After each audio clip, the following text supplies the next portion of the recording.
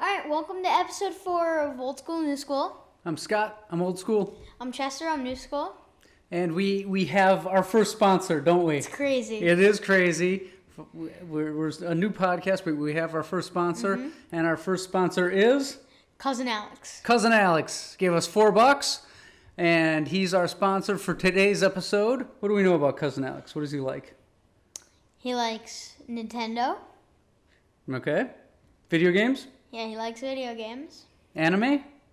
He does like anime.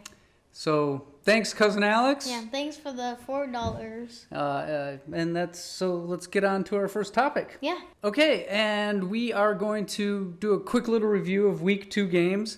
I'm going to throw up a graphic that shows how we did. Chester, you did pretty good. I did better than last week, so that's the first week, so that's something. My one reaction is the Las Vegas Raiders. Yeah, I'm gonna agree. They look decent. Better than decent. They don't look bad. They won 2 tough games. Yeah. So we'll see if they can keep that going forward. Uh-huh. We know how the John Gruden teams can be. Mm-hmm. But I was impressed with them. So I was impressed too. okay, do you have a little My something? game is gonna be I've got the Ravens beating the Chiefs. It's pretty interesting. After the Chiefs are a pretty good team and they're strong. They have a lot of good players and they were up, right? And they were up, and the Ravens kind of just came back, and Lamar kind of looks like his 2020 MVP self, which is a good thing for Lamar. Yeah, well, and this has always been. He's never had that defining game yet, and do you think this? I think this might have been the defining game. It's very early in the season. If he keeps that play up, I think they might be good division winners for. And farther, maybe. Yeah. Okay, and now we are going to talk about something, and this was kind of the idea from the beginning. Yeah, of the podcast. Of the podcast, where since we're called Old School, New School, we want to discuss things from our perspectives, right. The old school perspective and the new school perspective. Right. So today's topic is going to be hurry up offenses. Yes. What is your feeling on the hurry up offense as the new school? So this is my perspective on it. It can be used in very good way. When you see a weakness in the defense that you were playing, I think the hurry up can confuse the defense, get them off guard, make them jump, get a free play. I think it can be used in very little situations, but I think it's pretty good. Right. So you don't think you should use it all the time? I don't think you should use it all the time unless you're in the under the 2 minute. Okay. And or you see something weak in the defense and you really want to just run that play again. So to exploit the defense so that they can't change their personnel? Yeah, and okay. And we rarely go into the college game. But this is one instance where I am going to talk about the college game briefly because there are teams that constantly run the hurry up offense. And I don't think that's a good idea.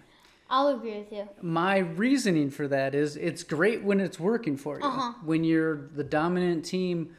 But if you run into a team that has a really good defense and say they just marched down and scored a touchdown and they took 5 minutes off the clock and your defense has been on the field for that long, you go hurry up, you go do a 3 and out.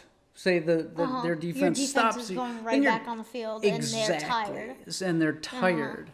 In the pro game, we don't see that as much because it's the pro game versus the college game.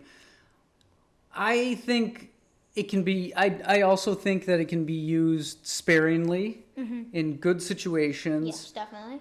I also think teams could use it a little bit more in the pro game. I would agree with you, but on the way that the defenses and the offenses in the game, I feel like the reason coaches don't use it more that often is because they want like a selected play, and when you run the play again, if you don't like audible or change it, the defense knows what you're running. Like there's two sides to it. It's like the defense, if you don't change the play, the defense might have a very good idea on what you're running, and as a Packers fan who had Mike McCarthy as a head coach, he didn't change the plays for 5 damn years. So when that happens, the defenders know what play you're running. But it's a very yeah, good point. I think it can be used in two ways. Like it can be very helpful or very bad. Right. I think sometimes offensive coordinators get too stuck in a rut. Yeah. And sometimes, and you'll see this in games where, back to the Packers, well, they'll be doing nothing for like a quarter and a half, and then they'll do like a hurry up, and then all of a sudden everything clicks. Yeah, everything is going well. I'm not saying that they should do it the entire rest of the game, but maybe every once in a while you throw it in there as just to keep the defense guessing. Yeah, and keep the defense on their toes. Like they don't know what you're gonna run. Like exactly.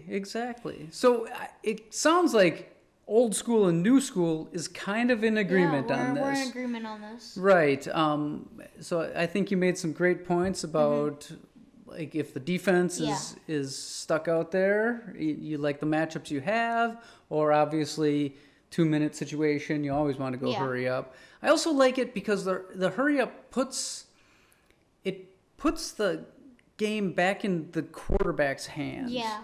Where if you have a really good quarterback that has a good feel for the game, they're calling the plays. Like sure, the coach is sending them in via the headset, but I think the quarterback has a little bit more control, and I think that's something that the current game has lost. Yeah. The new school game has lost the quarterback truly calling plays. I know the coach just directing the whole game. Right. So that there we go. Yeah. That's the hurry up. Put your comments in if you have a feeling. Have a feeling about that. Just put it in the comments. And let's move on to one cool thing.